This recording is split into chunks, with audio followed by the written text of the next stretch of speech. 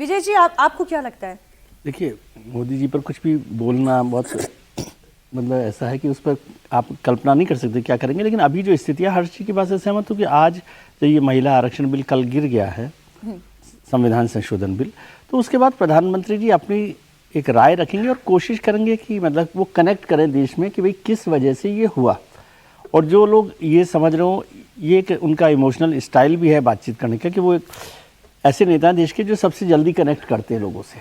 और महिलाओं का इशू है तो वो सरकार की तरफ से ये साफ करेंगे कि क्या वजह रही कि क्यों बिल पास नहीं हो पाया। और ये मोदी की हार के तौर पे नहीं, देश की या महिलाओं की हार के तौर पर भी कनेक्ट कर सकते हैं कि कैसे किया जाए। लेकिन मुझे लगता है वो इस बात के लिए रीअश्योर करेंगे महिलाओं को और लोगों को कि जब तक वो हैं इस बिल को पास कराने की कोशिश करेंगे। ये उसका एक मूल वो होगा फोकस। बाकी वो जिस तरह से सब चीज़ों की बात करते हैं, ये हो सकता है कि अभी वो इस बात की चर्चा नहीं करे कि सरकार आगे कैसे बढ़ेगी, लेकिन सरकार इस बिल को पास करा कर रहेगी, ये एश्योरेंस वो देश को देना चाहेंगे, ताकि ये ना लगे कि विपक्ष जो कह रहा है कि सरकार नहीं चाहती थी बिल को पास कराना, उस पर उस नैरेटिव को आगे बढ़ाने से रोकने में काम करेगा, ऐसा मुझे लगता है। ये जिस तरीके की बात अखिलेश यादव ने कही थी कि कोई आप महिला प्रधानमंत्री भी बना दें तो भी हम आप पर विश्वास नहीं करते, हम आपके साथ खड़े नहीं होंगे, क्या आज इस पर भी प्रधानमंत्री नरेंद्र मोदी करारा वार कर सकते हैं? क्योंकि ये अच्छा नहीं लगा सुन के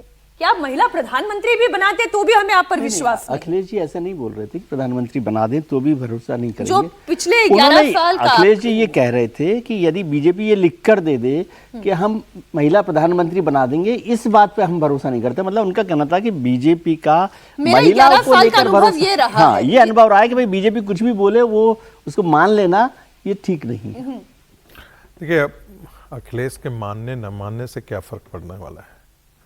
अखिलेश को एक राजनीतिक तंज कसना था, उन्होंने राजनीतिक विपक्ष होने के नाते उन्होंने एक राजनीतिक तंज किया। न ही भारतीय जनता पार्टी को उनको बहुत ज़्यादा भरोसे में लेने की आवश्यकता है और न ही वो भरोसा कर भी सकते हैं। हाँ, अखिलेश पर जो प्रधानमंत्री जी ने जो टिप्पणी की है वो अखिलेश के लिए ज़रूर भारी पड़ सकता है कि अखिलेश हमारे मित्र हैं और हमारी मदद समय समय पर करते रहते हैं। तो अंदर खाने जिसको कहा जाता है ना, क्या डील करते हैं अखिलेश नरेंद्र मोदी जी से या भारतीय जनता पार्टी से, वो तो अखिलेश जी बता सकते हैं, प्रधानमंत्री जी जानते होंगे और अखिलेश जी भी जानते होंगे। पता है क्या ये डील होती है? अब पता नहीं मोदी जी को पता है या नहीं है, लेकिन इसमें कोई दो राय नहीं है। मुझे लगता है कि यहाँ से आगे की लड़ाई, मुझे लगता है उसकी जमीन तैयार आज से होगी जी।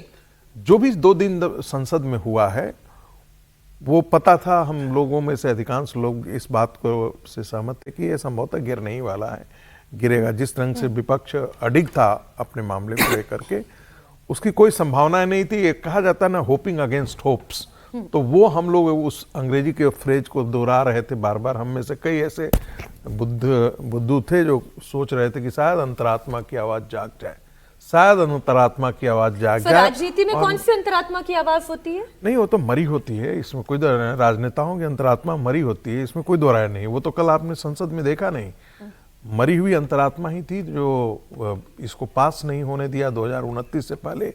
ये कोई नहीं चाहते, ये विपक्षी दल चाहते ही नहीं थे कि महिलाओं को आरक्षण मिल सके, डिलिमिटेशन हो सके।